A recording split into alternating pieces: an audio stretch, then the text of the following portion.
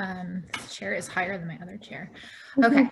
This is Office Hours with Basecamp Outdoor, and what we're doing today is Autocamp is joining us, and we're hosting what is kind of like a reverse interview where we're going to talk to Katie and Jason and Mike as well, who are representatives of the Autocamp team. We're going to ask them our questions, which we know potential employees have, and get some answers, and then everyone else can ask their questions as well. So it's almost like being in an interview before you actually need to do all of the application things and finding out if you're a good fit before you go through all of that work. And we're very excited to have Katie.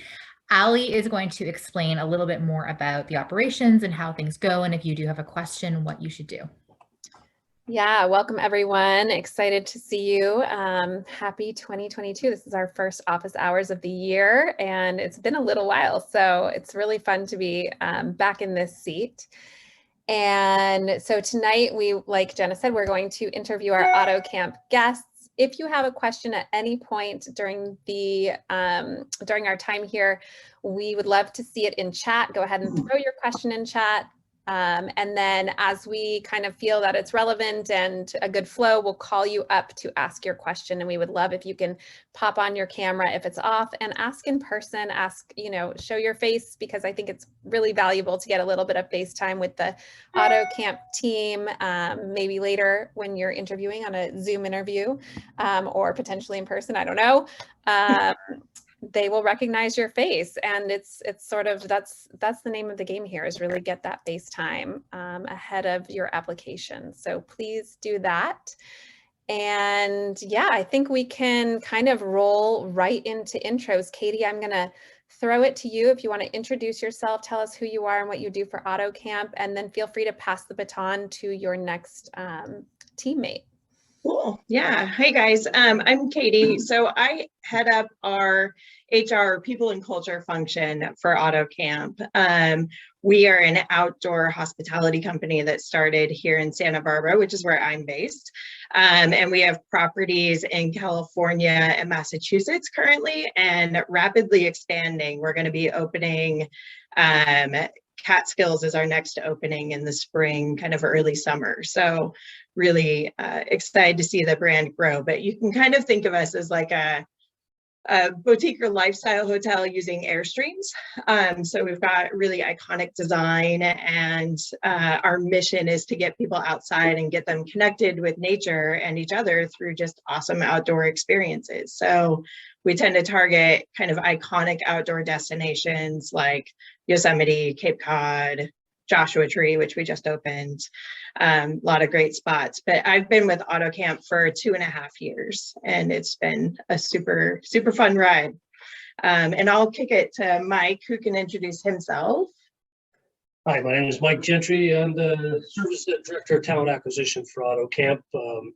I've got a previous background in hospitality. I used to run HR for the Las Vegas Sands. I counted up the other day, over the last 20 years, I've led the function that's hired a little over 100,000 new team members. Yeah. So hopefully we're talking to more new team members on this line. I will be brief. I'll just encourage you to look me up on LinkedIn, Michael Gentry, Gentry, and send me an invitation. I'll accept every single invitation, and I hope to have a more targeted chat with each of you. Yeah. And I don't see Jason. Oh, there's Jason coming on now. So Jason is actually our GM in Yosemite, so we thought it'd be great to have him join and talk with you guys too. And why don't you tell us, Katie, all the locations that Autocamp has while we're waiting for Jason to connect? Sure. And Jason's on. I can see him. Sorry for the delay. Yeah, you're good. So in the meantime, we have Russian River, which is up in Sonoma County, so Guerneville, California. And that's a smaller property. It's 35 keys. Yosemite, which is Jason's property, is 103 keys, and that's in Mid Pines, California. Just about 45 minutes or so from the Yosemite gates. And then Cape Cod opened last April, and that's in Falmouth, Massachusetts. It's right on Buzzards Bay, just a really beautiful New England location. And then we just opened Joshua Tree December 30th. So, and we're about 10 minutes from the park gates for that one. That's fantastic. So Jason, we heard from your teammates here. They gave us a brief intro. We would love to hear from you, your name, what you do. Tell us a little bit about your Autocamp experience. Sure. My name is Jason Brannon, and I'm the general manager, as Katie mentioned, at our Yosemite property. I've been with Autocamp for a little bit more than 2 years, since November of 19. And as I mentioned, I'm the general manager. We have a team of about 35 to 45 here on property. Lots of outdoor enthusiasts, lots of guests from the Bay Area and Los Angeles coming to get outdoors and experience a different way to enjoy hospitality. Can you folks tell us, you're hiring now, and I know that you're hiring in a multitude of locations, the types of jobs that we have available to set the scene for this call of when we're talking about benefits and perks and things like that, what types of jobs are even available? Yeah, so Jason, maybe you could start with yours because I know you have probably the most property positions open right now. Right. So, I mean, we have jobs from anything from executive leadership on a corporate level to housekeepers. As of last month, just at my property alone, I had almost a quarter of my positions open. So, you know, if any of you are interested in working on the property level at an Autocamp, we have a housekeeping team that has housekeepers and housemen and supervisors and managers. We have a guest experience team that assists at the front desk, and it consists of concierge as well as front desk, and again, supervisors and manager in that department. We have a maintenance team that provides landscaping and maintenance across the property, takes care of our airstreams. That's a medium-sized department. I think I have a total of 6 people there. And then we have our A&G, or our leadership team, executive leadership team for the property, which consists of an assistant general manager and myself. So my total leadership team is about 7 if you include the supervisors, managers, and myself that steer the direction and success of the property, with about another 30 to 40-ish other team members, depending upon the season.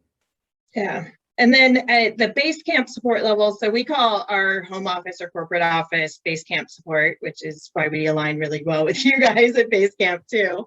But we are currently looking for GMs for the new openings. One is going to be in Utah. We haven't totally announced that spot yet, but we've got a property that's going to be opening next year in Utah that we're looking for. Really, we'll be looking for all leadership team and all roles. So housekeeping, maintenance, front desk, everything. And then also at the Basecamp level, we're currently looking for a design manager, people for our acquisitions team. So people who go out and find land to put Autocamp sites at. We're also going to be adding into our accounting team this quarter, people and culture. And then the biggest hiring push right now is Catskills.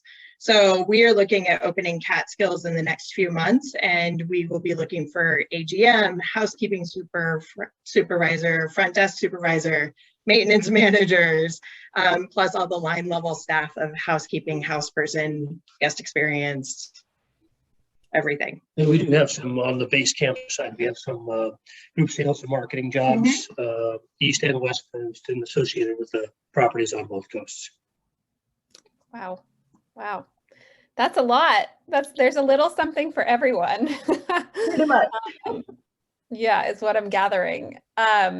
So first of all, on a personal level, I'm very interested to know where the Catskills property was, because I lived in Woodstock for 3 years. So Right there. Yeah, we're so technically we're in Saugerties, but we're right at the border between Saugerties and Woodstock.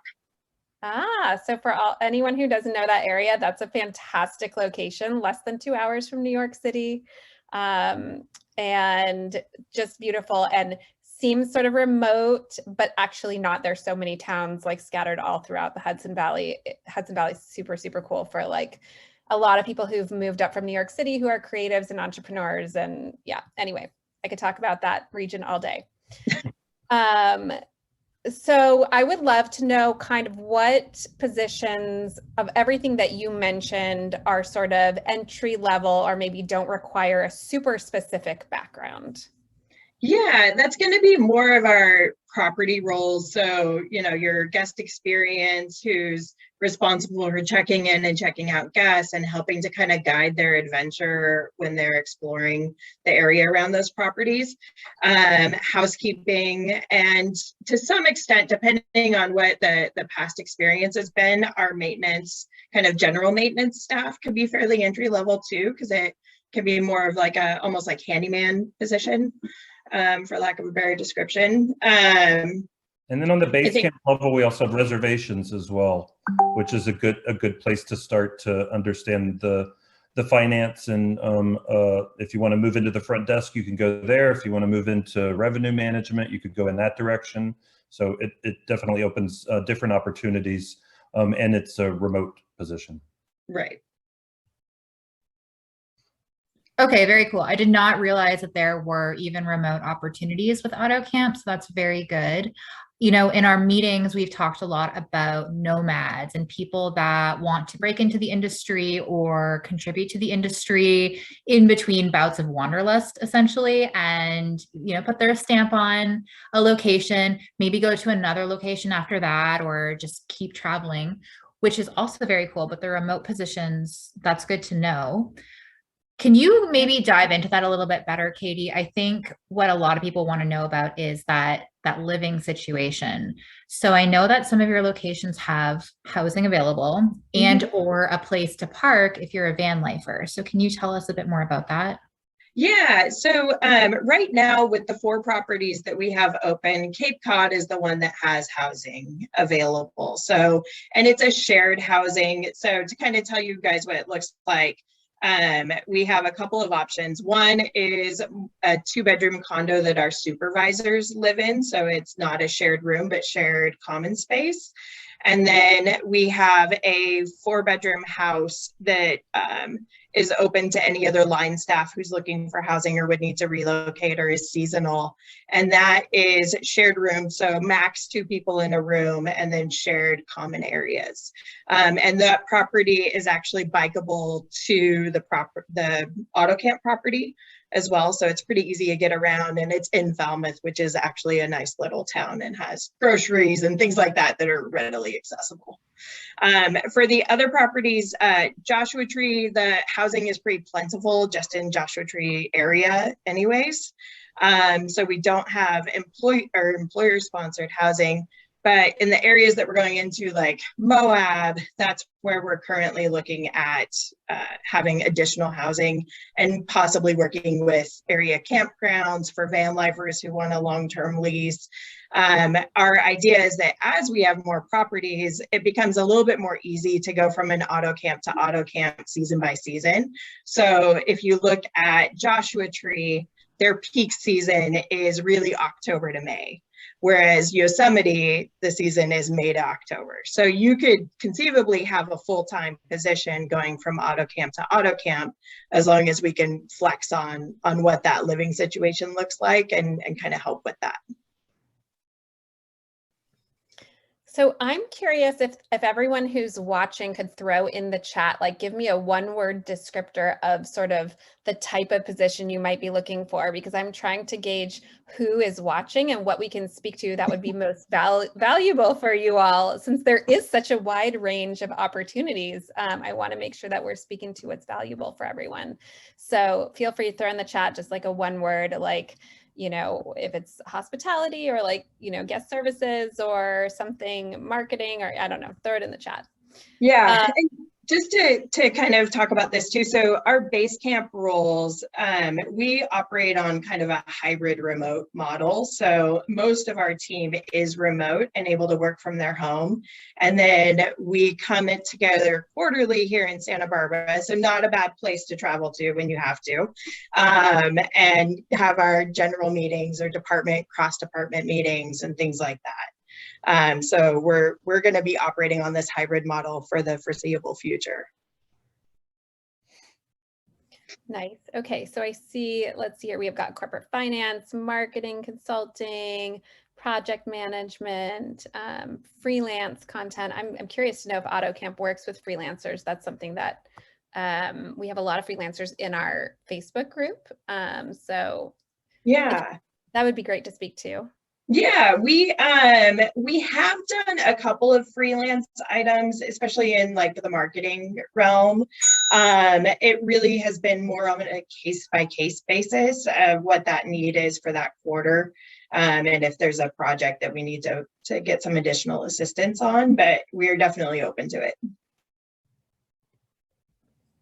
Awesome. Well, it looks like we have a very wide array of folks here, which is great. We can hear about all sorts of things. Yeah, and I saw one pop up that was like experiential tours too. So locally, we work with a lot of vendors on different programming for our guests, and we're constantly kind of looking to see how we can build that out even more. So there'll be some more probably roles to come there related to programming and experience overall too.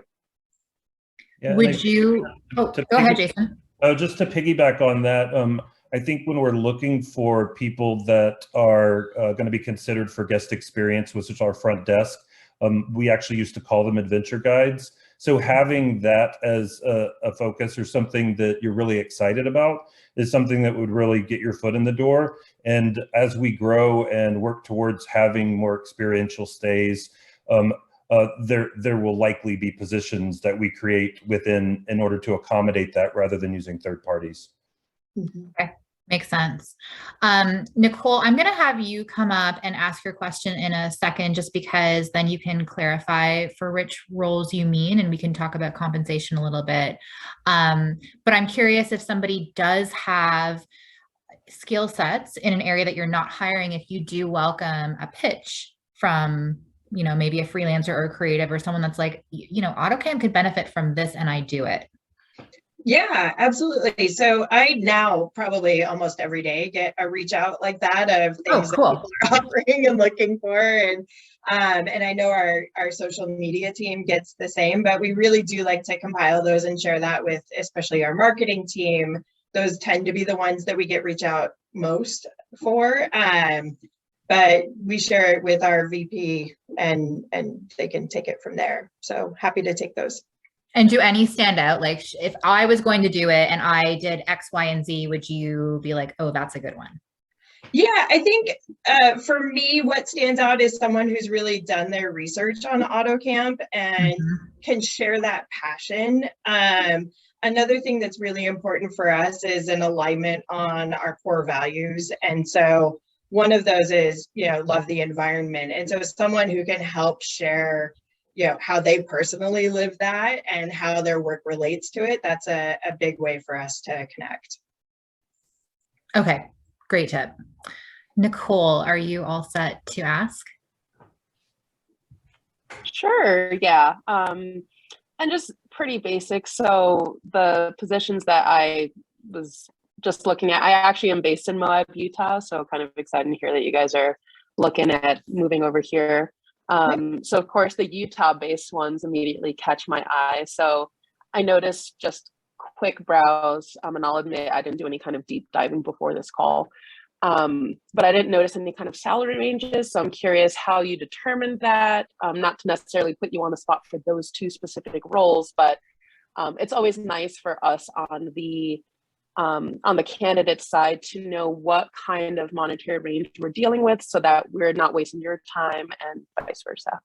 Yeah, and that's a huge thing for us too. So candidly, I actually have a proposal in with our exec team about adding compensation to our job postings and really wanting to help drive that. So I'm glad you brought that up. That'll help me fuel my argument to them. But I think, you know, the process that we go through to look at any sort of wage, especially when we're looking at properties like Moab, is we're going to do a market assessment of what's happening in the market. And our goal is to be at the top of that market so that we are really competitive on wages. I think, you know, for property positions, generally, you know, housekeeping right now in Moab tends to be like 18 to 20 bucks an hour on the last assessment we looked at. So that would be our goal, just kind of as a reference point. Does that help? Sure. And I guess somewhat related to that, if you don't get to the point where you're necessarily putting salary ranges directly in the job position, at what point during the hiring process does that normally come up? We do that in the screening call. So that first initial call that you would have with us, we talk compensation because we don't want to waste your time if it's not going to work for you. That's awesome. Yeah, thanks for that. Yeah. Love that for us. By the way, most of the Moab jobs have not got up on the board yet. I think we just only have the GM job. So someday soon, you'll see the full complement of jobs posted out there for Moab. Yeah. Cool. Yeah. And Nicole, considering you're in market, definitely shoot us your information because we can talk as we get those jobs posted. Awesome. Sounds good. I'll do that. Thank you. Did I hopped on a few minutes late. Did contact information get sent out, or was that in an email? Not yet, but we will send that after don't worry. Okay, perfect. Thank you. Okay, thanks. Jason, I would love to hear a little bit more about your experience at Autocamp, kind of how long you've been with the company, and also, you know, what it's been like for you, just to get that personal anecdote.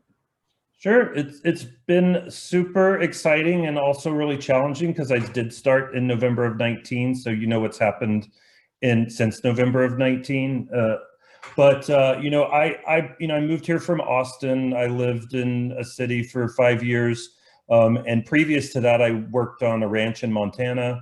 And I really wanted to get back outdoors.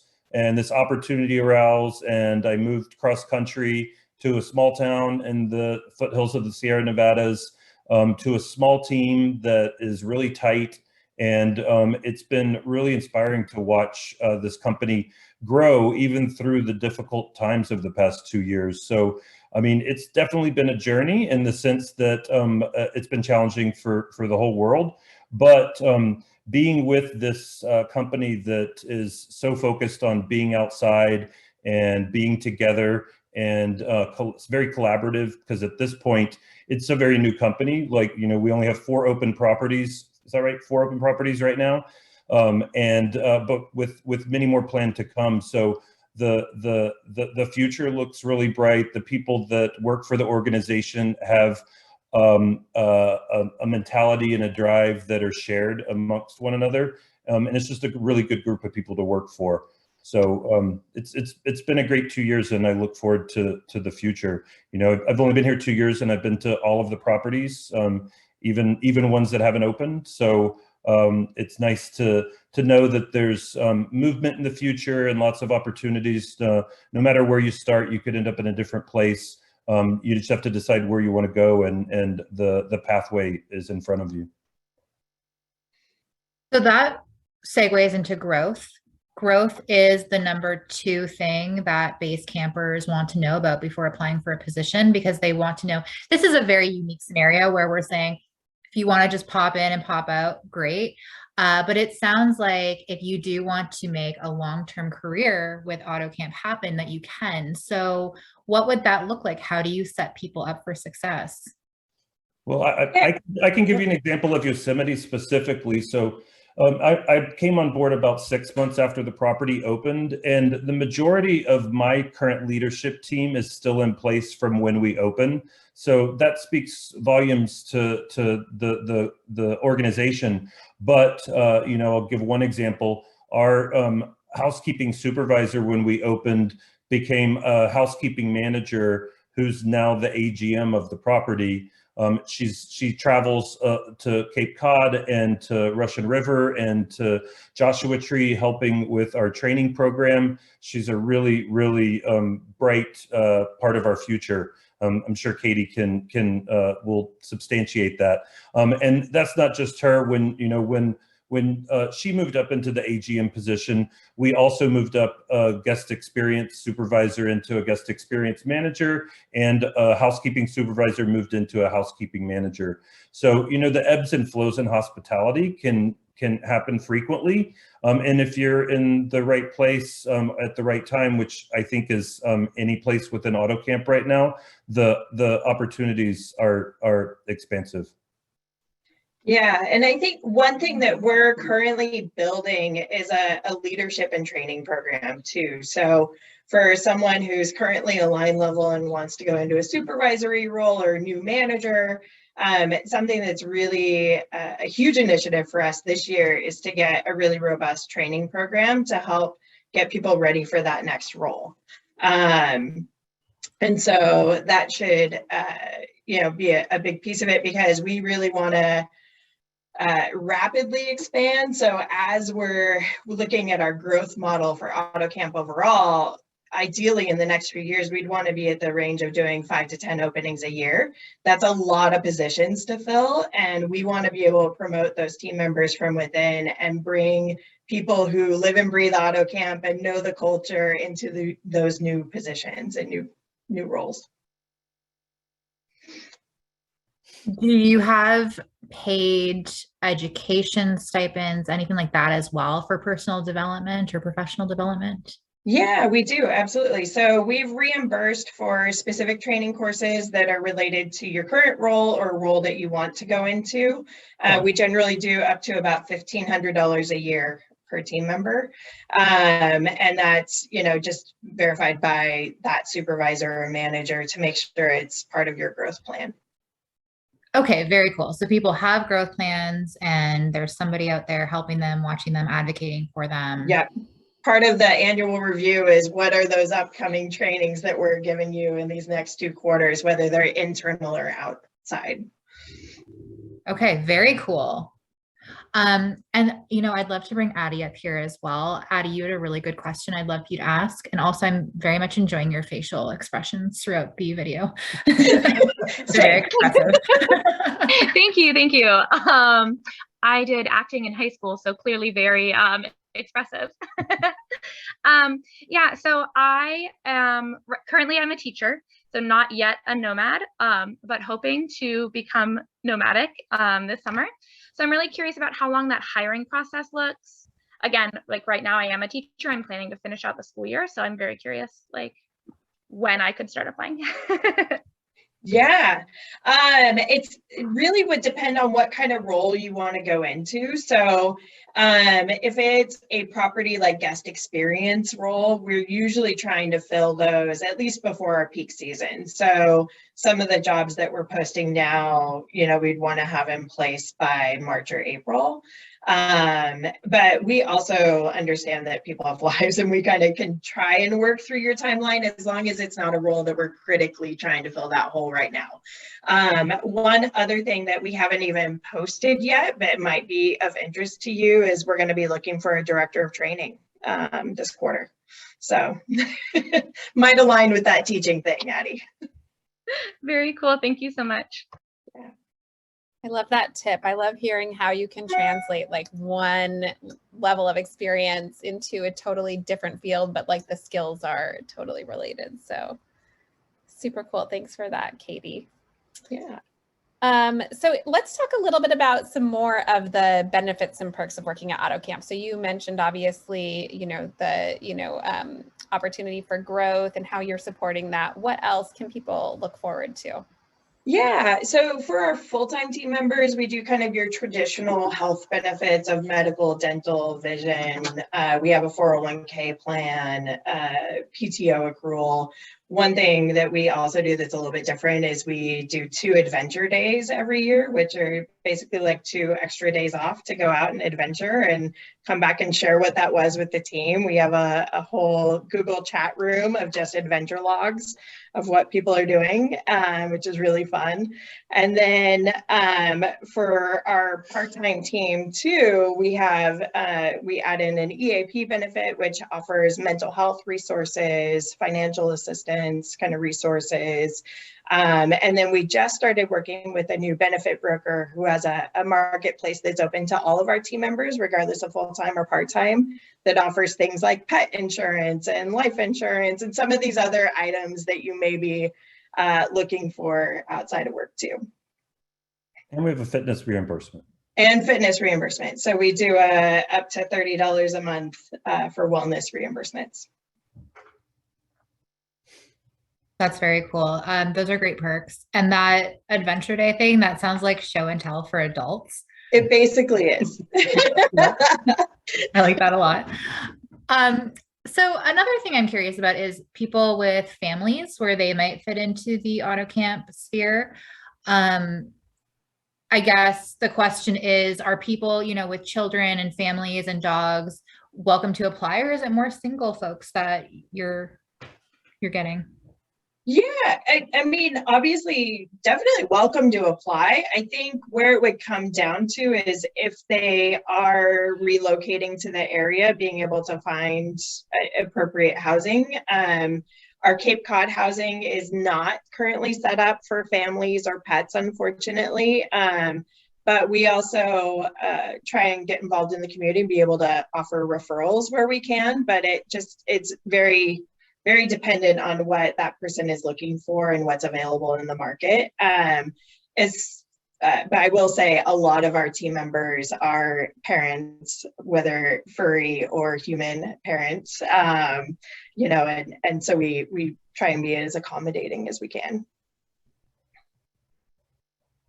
We currently have a married couple who, because Cape Cod is in their slow season, drove cross country, and they're working here at Yosemite. So we fortunately had positions in both of their departments available for them to come out and spend a month, 6 weeks with us when it's a little bit quieter on the East Coast. So that's great. I love that. Do you have like internal tools that facilitate that sort of thing? Or is that just a conversation that you have with an HR person when your contract is coming to an end? What does that look like? Yeah, it would be a conversation with us in HR about what else is open, for sure. I think, you know, Cape Cod, this particular Cape Cod to Yosemite was a little bit of a different, this is our first winter in Cape Cod. So, you know, it was kind of a case-by-case basis of who could come out to Yosemite and who was kind of prepared for that. But going forward, as we have more properties, I think that opportunity will just continue to expand, but it would just happen with conversations between managers and HR. This might be a question for Jason again, but day to day, like what is it looking like in terms of what you're doing? And I know that will be position specific, but generally speaking, are you working 5 days a week? Are you working, you know, like a 4 days on, 3 days off type thing? Do you get weekends off? What sort of schedule do you have? Because I guess the question is, how much time do you have to enjoy nature on your off time? well, work-life balance is certainly important. And the majority of our team members are not salaried on an hourly basis, and such the expectation is not more than a 40-hour work week. So, but we are in hospitality. We're a 24-hour business with guests spending the night. So we have someone staffed at my particular property 24 hours a day. So there's someone in the morning, there's someone at night, there's someone overnight, and that's seven nights a week. In hospitality, the holidays and the weekends are when people travel. That's when they have time off. So understanding that your work-life balance means that maybe you're going to have Monday, Tuesday off to go explore the park when there's nobody there, and really have nature to yourself. But there's not a set schedule. You may end up in a somewhat set schedule based upon what your job is. And my hours are completely different from somebody that works night audit. So it runs the gamut, and it's really position specific. Okay. Yeah. Monday, Tuesdays to explore the park would be frankly ideal. Yeah, it's great. And because we're open 7 days a week, there's flexibility in a schedule. So you're not stuck in a 9 to 5 Monday through Friday schedule. If that's your normal schedule and you have something you want to do on a Friday and want to work on a Sunday, we're a small bunch of people that if we can plan and take care of our guests and provide a great experience, we're flexible. You just have to work with the team around you to make sure that all of our bases are covered to take care of our guests, take care of the business. So there's definitely flexibility in hospitality, but the hours are a little bit different from typical banker's hours. Okay. And do you find yourself, oh, go ahead. I'm going to say on the property level, that can be different if for various jobs on the Basecamp level. It just really depends. I see. Do you personally find yourself hopping into every role all the time? I have trouble disconnecting, but that's me. So I tend to also work at night and then check in on the weekends so I don't get behind. But it's just how I go about things. Fair enough. Yeah. Awesome. Katie, can you tell us a little bit about Autocamp's commitment to DEI and, diverse hiring practices and supporting diverse team members, Yeah, absolutely. I think, as a young company, this is something that we're continuing to evolve in and continue to grow. We have some big company goals this year around DEI and really wanting to have some quantifiable programs in place by the end of the year. But one thing that kind of comes at our core, one of our core values is better together. And the belief around that is that the outdoors are for everyone and should be a safe and welcome environment for everyone, regardless of background. And so that's true for our team and it's true for our guests. And so we really want to make sure that we're creating that safe environment at our properties and within our communities. So we also try and do a lot of philanthropy within our communities as well. And one initiative that we're looking at this year is how can we work with groups who are getting, kind of inner city youth out into the outdoors? Are there ways for us to be able to give back that way and kind of bring up the next generation of outdoor enthusiasts? But I think, we definitely always can do better. I think everyone can do better in this realm of DEI. We are very lucky to have half of our executive leadership team as female. We have probably about 43% of overall auto campers are female as well. Our property teams tend to kind of mirror the local community. So I think by bringing in more nomads, that helps us kind of bring in more diverse backgrounds and experience and perspectives. And so as we do more programs like this, it will help too. Awesome. That's fantastic to hear. Yeah, and thinking about how to make an inclusive space, I guess, for, nomads and supporting nomads in wanting to continue their, nomadic lifestyle and wanderlust. So. Right. Yeah. Like we have someone in our marketing team now who is a van lifer. And I think every time she's on a different Zoom call, she has a different background of where she is. And it's been really cool to kind of know that we're able to help support that journey for her and she can work out of wherever she wants to. The jealousy level goes up every time she gets on Zoom. This is true. Yeah. We're all really jealous of Mackenzie's van life. I love that. And so I'm sure the work-life balance at each location is different and also versus like a corporate role versus working at a property. Can you talk a little bit about work-life balance for the more corporate roles? Sure. Yeah. I think, it kind of ebbs and flows at the Basecamp level, mostly because when we're in the throes of an opening, like I will say the week between Christmas and New Year's, people like Mike were at Joshua Tree putting together heaters to help us get the property open, right? So there wasn't a whole lot of work-life balance that week. But I think for the most part, we try and be really respectful of people's time outside of work. We use tools like Google Chat, but we don't have any problem with someone shutting off their chat in the evening because they're with their families, right? And we don't expect people to respond immediately 24 hours a day. I think we all treat each other as adults and know that you're going to be able to make good decisions for your role and know when it's an urgent response needed and when there's time to process. Do you have any examples, I'm a little bit putting you on the spot here, of folks that have worked with Autocamp and then went on to have careers in the outdoor industry, not necessarily with Autocamp, but really using the skills they gained to continue on that trajectory? That is a good question. Who leaves us? I know. I'm trying to think of who has left recently and gone on to some other roles. I have to be honest, not anything is like coming top of mind right now. And that might say that if you are promoting people from within and they're staying within the company, maybe that's a great story.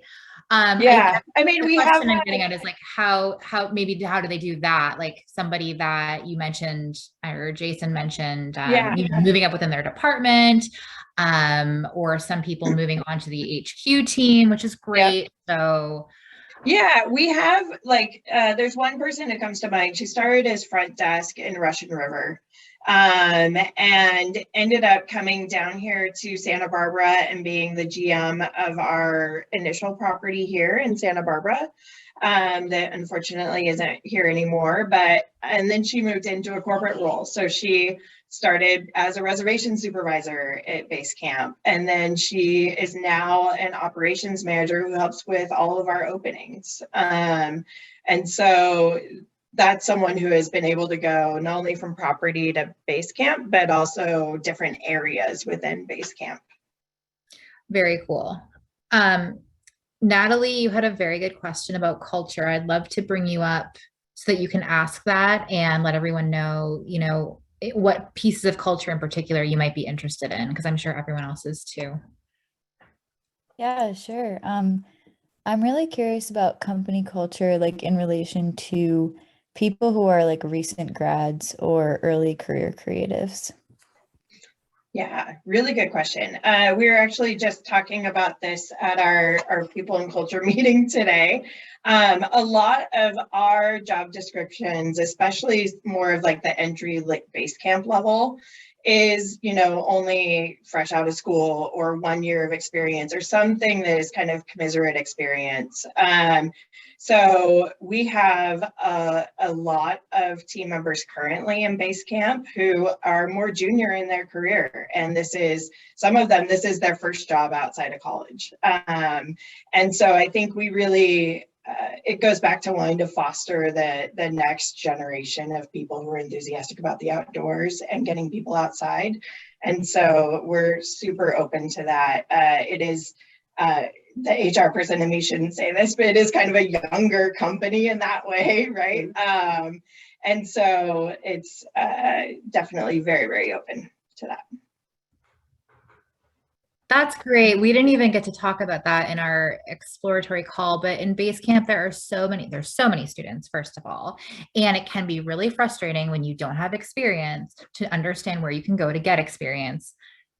It's just one of those cycles that people find themselves in, and it's very frustrating. So can point people to you these days, which is great.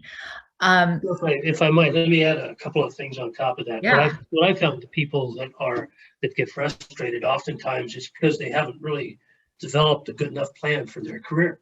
You said it earlier today, people spend probably more time planning their vacation than they do planning their career. And I would just speculate that that's probably the opposite of the way it should be. But how I see people really having successful careers, those that are trying to break into the industry and don't have any experience. And both of us come from the same background in this.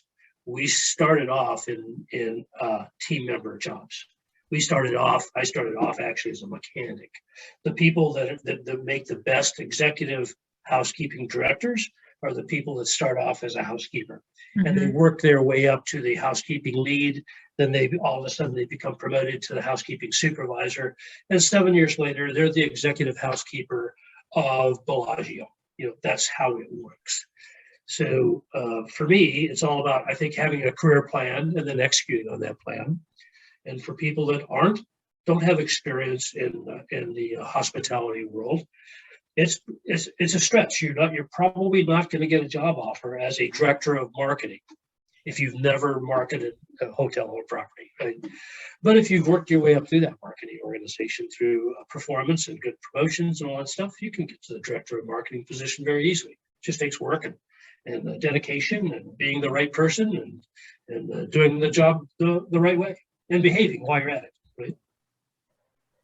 So that's super good insight. I think we should maybe segue into applications and what does make people stand out. So what I'm hearing is that you should sort of have a plan, if loose, and say, here's my career goal if you're entry level, and maybe tell the story of how Autocamp fits into that. But I'm also curious, when someone is at that entry level stage and they can't say, well, I've done it before, what would make them stand out? Or what traits or characteristics would you see that would make you want to hire that person? That's an easy one. It's the nature, it's the culture of our company. If you love nature, if you're experienced in nature, if you've been a camper, a hiker, an adventurer, if you kayak down the Yukon, if you've done any of those cool things that many of the people here have, that gets our attention immediately. Okay. And by the way, those people that do that, I think they're almost universally qualified as a guest experience team member. We just need to train you a little bit on the front of the house, the front desk type of work. But the guest experience work, listen, that's just talking about your experiences with guests and arranging their own experiences in a passionate way. And there's the other thing, it's the passion. When we can tell immediately in a conversation whether somebody is just having a conversation with us to get a job, or on the other end of the spectrum, somebody that is passionate about nature, passionate about hospitality, and wants to have a career in it. We can tell the difference in the first 10 seconds of the conversation. Okay, very interesting. So definitely tie in that piece about why you actually want to help other people get outside. Exactly. Yeah. Very cool. Okay. Awesome. I want to encourage everyone to throw questions in the chat if you have any on your mind, so that we can make sure we take advantage of the next about 30 minutes here with our Autocamp folks. So definitely throw your questions into the chat. Katie, maybe you can tell us a little bit about the application process. How do you prefer people apply? What is it that you like to see, in a cover letter, maybe? Tell us a little bit about that. Yeah, so all of our jobs are posted on our careers page, and the preference is definitely to go through that job posting site, just because it allows us to have one kind of source of truth for applicants and not lose track of people outside of that. And we do have it set up to where if you have your resume, you can just click a button and say fill out application with resume, so that it will populate for you, and you can just kind of proofread and make sure everything looks like how you want it before you hit submit. We do ask for a cover letter on management roles on property and then Basecamp roles. And part of it is just to be able to kind of get to know you a little bit and see if that passion comes through. And if it is personalized, I think, kind of one of the things that I look for is, did you personalize your cover letter so that it's coming to Autocamp and talking about the job that you're wanting and not just kind of a generic form letter? If it's generic, I just kind of think that maybe this isn't really what you want, right? And so I think that's a big point, and just driving any connection to our mission or core values, which all of that is also on our website. So being able to kind of harken back to that and say, this is how, you know, I get shit done in my daily life, because that's one of our core values. And so I think that that's really key and something that I would look for. Sorry, mute issues. About how long will it take before someone knows if they're going to be pushed forward in the process or not? Yeah, so you will get an initial email that just says, hey, thanks, we've got your application, we're reviewing it. We try to reach out to candidates at least within the first few days of application to let you know if we're going to move forward with a screening, or if unfortunately you didn't meet the qualifications, and we'll let you know that as well. I think this is an area that we're continuing to work on, is making sure that that communication is top of mind and that everyone knows where they stand in the process. That's one of the reasons we brought in Mike Gentry as a director of recruitment, to be able to help us balance that and ensure that the communication is really prompt. It's hard. It's a moving target for sure. Yeah. And that's one of the other reasons that we like all the applications to come through our website, so that it's not like a side email that gets lost in the shuffle. Right. There's some good reasons on the back end as well. We have an automated offer letter process that kind of extracts data from Paylocity and sends you the offer letter. And if you haven't gone through Paylocity, it's hard to get an offer letter to you. Fair enough.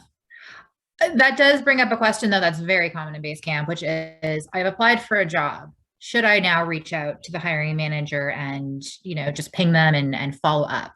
And I feel that it's a very subjective question. I often say, yes, you should if you haven't heard anything, but I'd love to hear from your team if that's something that is looked upon positively or negatively. Positive. In my mind, it's positive, because I think it shows that desire and passion. I would say if you applied this morning and you haven't heard anything and you email me in the afternoon, I might be a little bit annoyed, but I think, you know, if a reasonable amount of time has gone by and you haven't heard anything, absolutely reach out. I think ultimately, you know, we all get busy. I think that that's a fact. And so there are times that sometimes recruiting gets put on the back channel, and when we get pinged, it helps us bring it to the front. I think, you know, Jason, you could probably weigh in from the property of what you guys would want to see for that. Yeah, I mean, if you're excited enough to reach back out, then I'm excited to talk to you a second or a third time. And if you have the confidence to assume that you're the right fit for the job, it sets you up in a better position and makes me feel confident about you. So I'm all for it. You know, as Katie said, like, if there's not even a close fit and you reach out to me 5 times, that's not going to change my opinion.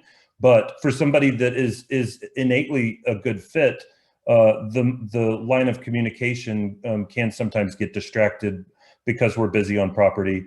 And I'll tell you, I want to put recruiting into the forefront as frequently as I can. So yeah, engage me as much as you like.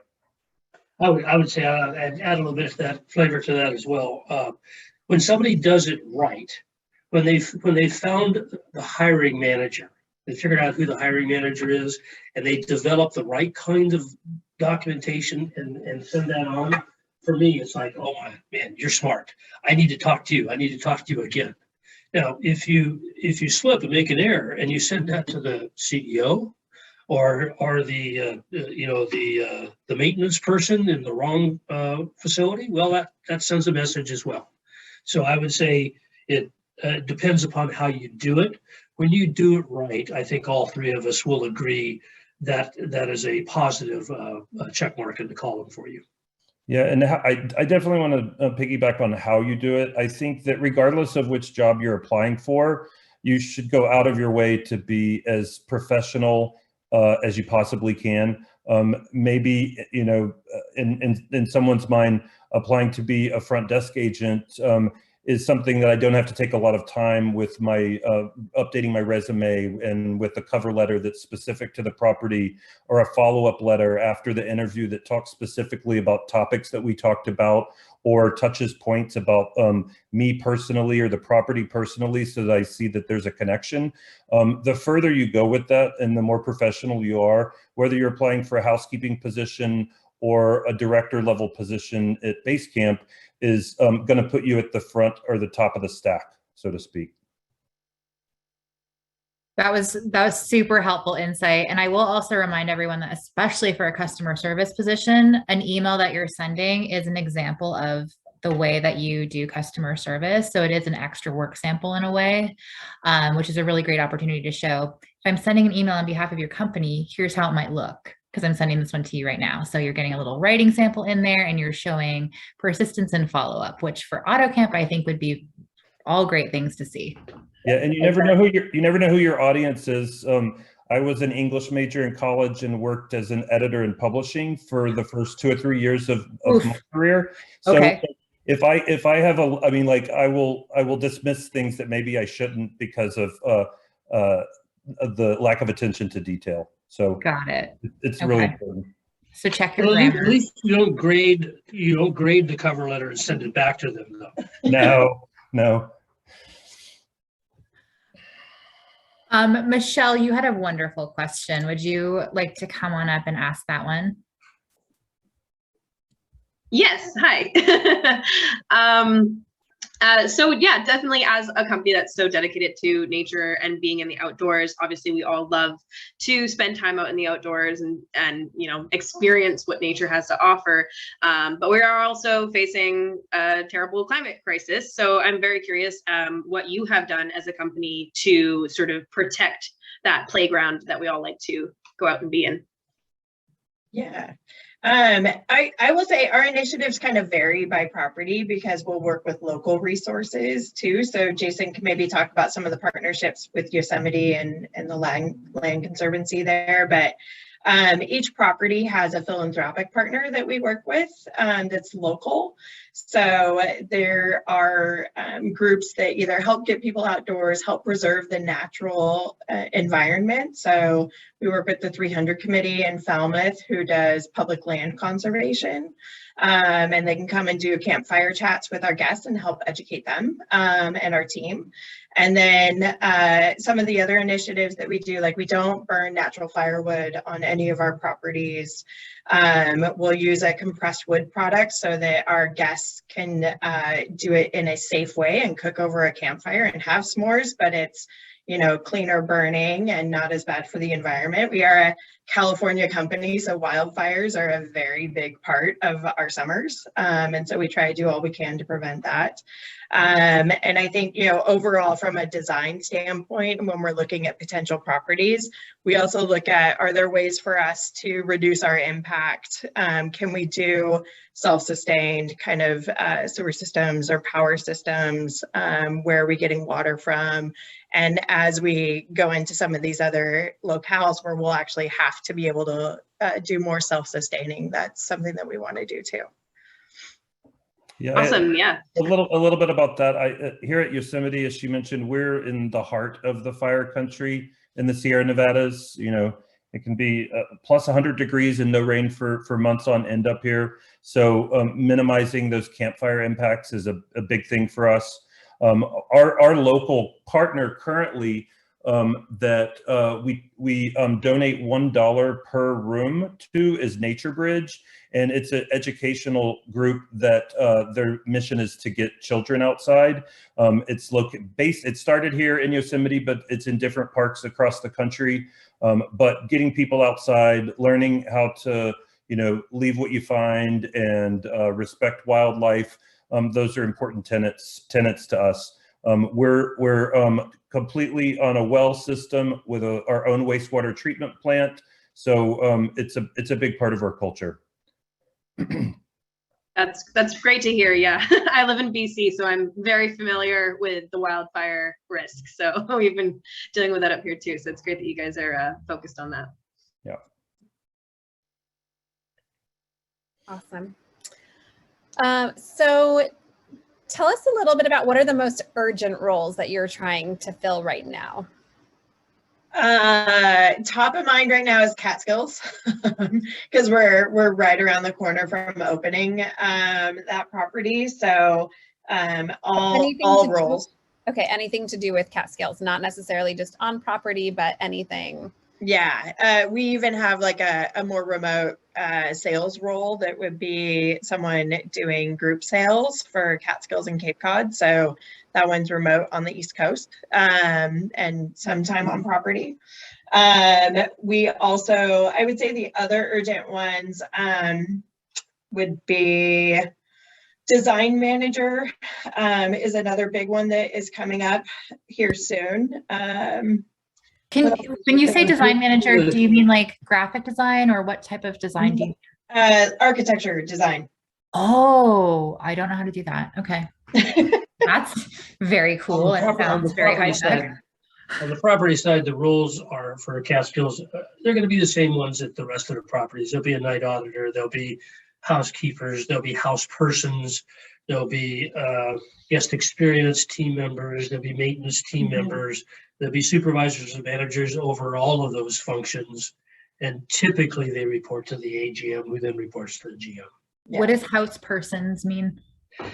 My version, my description of house person, it's like it's a housekeeper that maintains the public areas outside and the general clubhouse.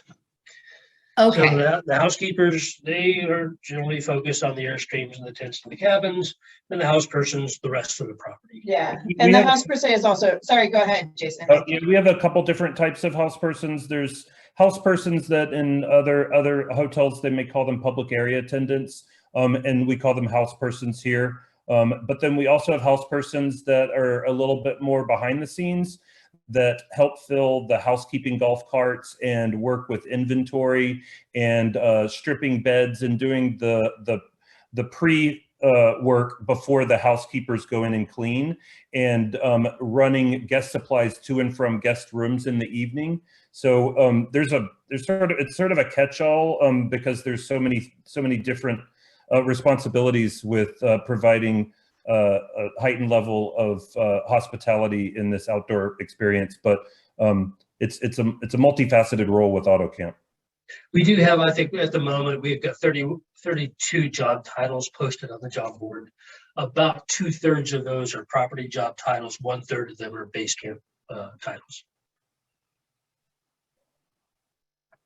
So a fantastic mix, really. The people that are on the property uniforms are a big part of my decision making of a job. So what are they wearing? Are they comfy? Well, I mean, it's fairly relaxed, but there are standards. So, you know, at the front desk, for instance, our guest experience team, they wear flannels, long sleeve flannels in the winter time. That'll work. And a plaid shirt in the summertime, jeans and hiking shoes or tennis shoes. And obviously at the front desk, you need your name out so that you can, the guests can remember who they've spoken to, but it's pretty relaxed. We definitely don't have people in butler's costumes out here in the woods, so. Okay, flannels sound great. You lost a jean, but your interview with Autocamp, it won't. Okay. Yeah. You know, that's a pretty common question actually too. People don't actually know how to show up for an outdoor industry job because you're not wearing a tux there. That's clear, but you do want to be professional. So it is good to sort of set expectations with that. You know, show up looking crisp and good, but you don't have to be outrageously professional or dressed up, gussied up. Yeah. REI honestly, if you show up on Zoom, I said REI or Patagonia works well. Right, exactly. Go Sarah Westfall. She just said flannels are a big part of my wardrobe. Me too. Okay, very cool. Sorry, I lost my train of thought there because everyone's talking about flannels, which is my love language. Is there favorite moments that you can share from your time at Autocamp? Yeah. I will say for me, I think one of my favorite moments came from right before the pandemic hit. We were doing a summit at Yosemite, actually, with Jason and his team. All of our Basecamp team was there. We had invited members of each property and just came together for kind of a couple days of just being together and learning more about what we want to do as a company, and doing, s'mores by the campfire and the kind of camp chants and things like that, and boom chicka booms, and it was just really fun and a great period of being together.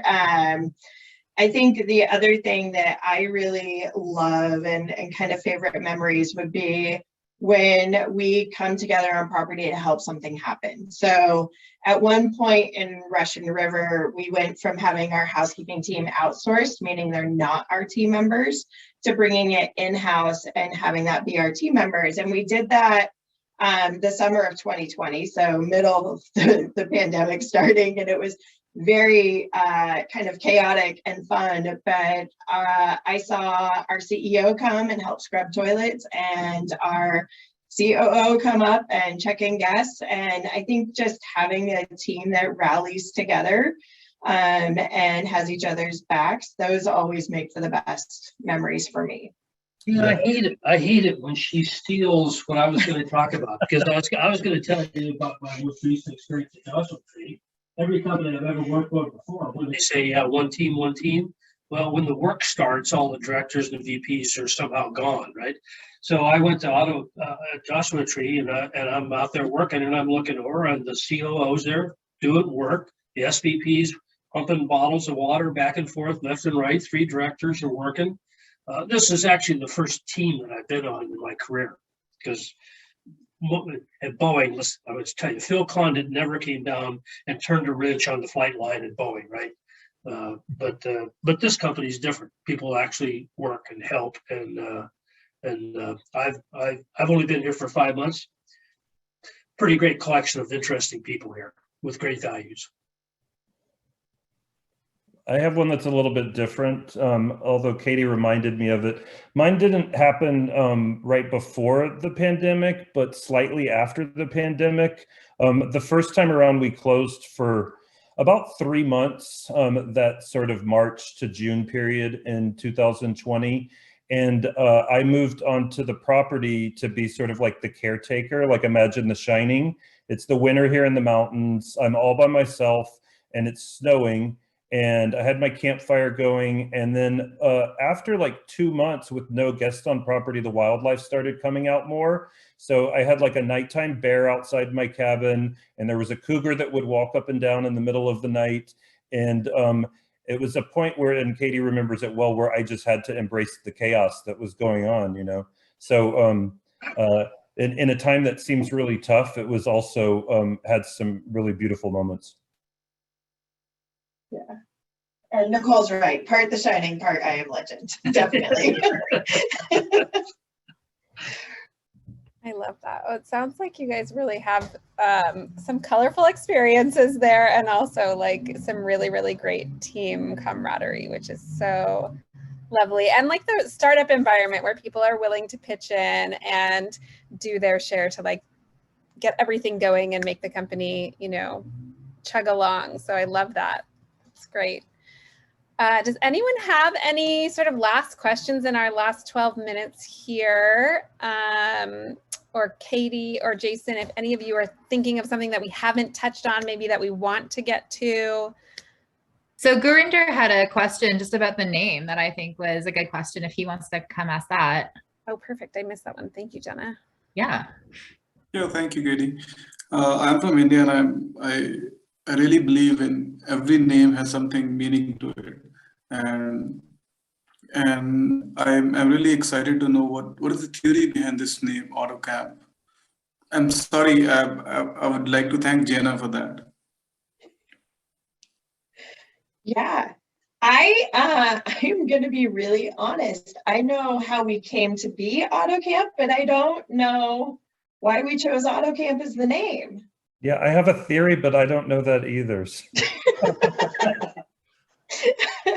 I think I'm going to have to ask Neil, our CEO and founder, and then circle back to Jenna and Ali to send it out. I mean, that's such a beautiful sentiment though, isn't it? That the name, the meaning behind the etymology is so, it could be so beautiful, and I'm sure it is. So I really like that question a lot. I do too. And you might get it again. So Yeah. I mean, I have a feeling that the camping being in airstreams, I mean, but they're not really autos, but they're sort of autos. Well, part of our mission is to have a place for people to get outdoors and camp in a place that you can drive from a city. So a close drive to get to camp. So that's how I assume, but I don't think I've ever talked about it with anyone. Yeah. I always thought it was automatic camping because we do provide an experience where people can, without much Clearly we have no idea. drive up and walk in and start camping. Well, it's funny that this is the question that stumped everybody out of everything. Right. I would wrap your ender so we can find out. Right, you know, it seems like an easy one to get to, so that's the good news. Do you accept or do you help folks from other countries in the US come work with you? Because Canada, India, obviously we have some international folks here. Yeah, good question. So we actually just started looking into kind of H-2B sponsorship and how we can do that. We hosted our first J1 team members last summer in Cape Cod. But we had 2 that were able to get their visas despite COVID. So that was really fun to have them come out. And we have, I think, 7 coming this summer into Cape Cod. So. Very cool. And then, I mean, Ali had a great question, like what did we not get to talk about today that you wanted to say? Let's see. I think you guys, you did a really good job of bringing up a lot of different topics and being able to cover a lot of ground in a short amount of time. So thank you, Ali and Jenna, for doing that. I think overall, you know, hopefully this came through, but we work with a really passionate group of people, and a group of people that are just honestly very fun and inspiring. I think I came from a boutique hotel background and spent 14 years in my last company, and I can say without a doubt, Autocamp will be the one I retire from. Job hopper. Yeah, job hopper. But it's because of the people. It's just so inspiring to go on property and spend time with Jason and his team and just see what people are doing and how much they care for our guests and each other. And as an HR leader, especially, it's just so gratifying to see. It doesn't happen very often in one's career, so you should celebrate it when it does happen and do everything you can to keep it that way. Yep. Jason, anything you want to add or say? No, this was really fun. I wasn't exactly sure what to expect, and good questions and good conversation, and now I need to learn something about my company.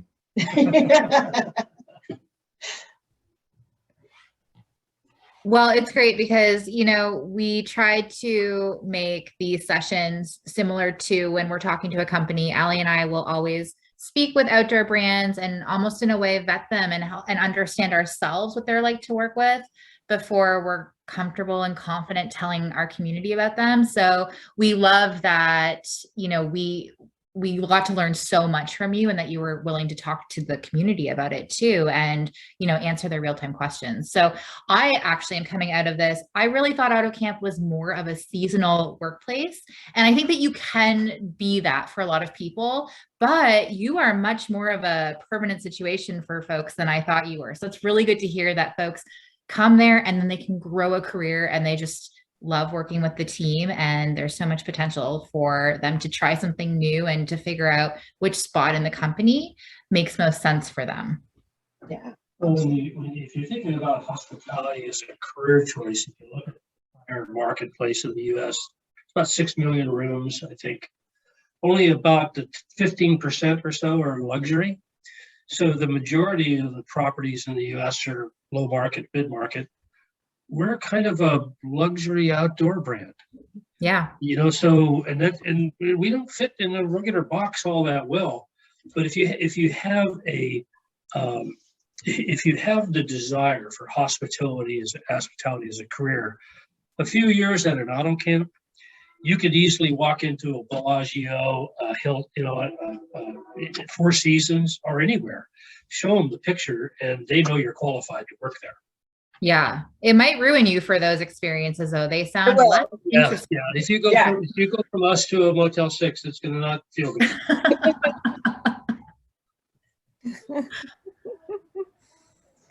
Well, we will share your information. There's a lot of people that wanted to make it, but could not join us live for one reason or another, but they're excited to catch the replay and they're excited to reach out. So we'll share your contact information. Mike will especially share your LinkedIn, since you mentioned that's how you like to be gotten in touch with, and everyone can sort of follow up with their conversations. There is an excellent little video on the Autocamp page on the Basecamp site as well, which gives a lot of insight. I thought it was very, very well done. So good job there. And yeah, so we'll be sending around an email with how to get in touch with you. And if there are more questions after this session, folks can ask you directly. Yeah, awesome.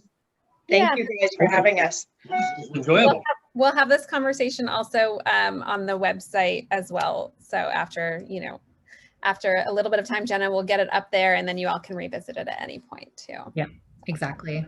Yeah, thank you all. All right, thanks for answering all the questions. Thanks for coming, everyone. And our next session, well, one of our next sessions coming up will be with Cotopaxi, so that will be very fun as well. And if you have any questions for Basecamp, we are theoutdoorindustry.com. There's lots of contact, or just hello@theoutdoorindustry, or we are theoutdoorindustry.com, or just find us on Facebook in the community.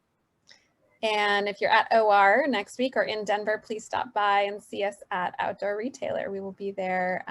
You don't need a badge. We'll be in the atrium area when you first walk in on Wednesday. So stop by. Yeah. Thanks, everyone. Bye, everyone. Thank you. Thanks. Bye. Thank you.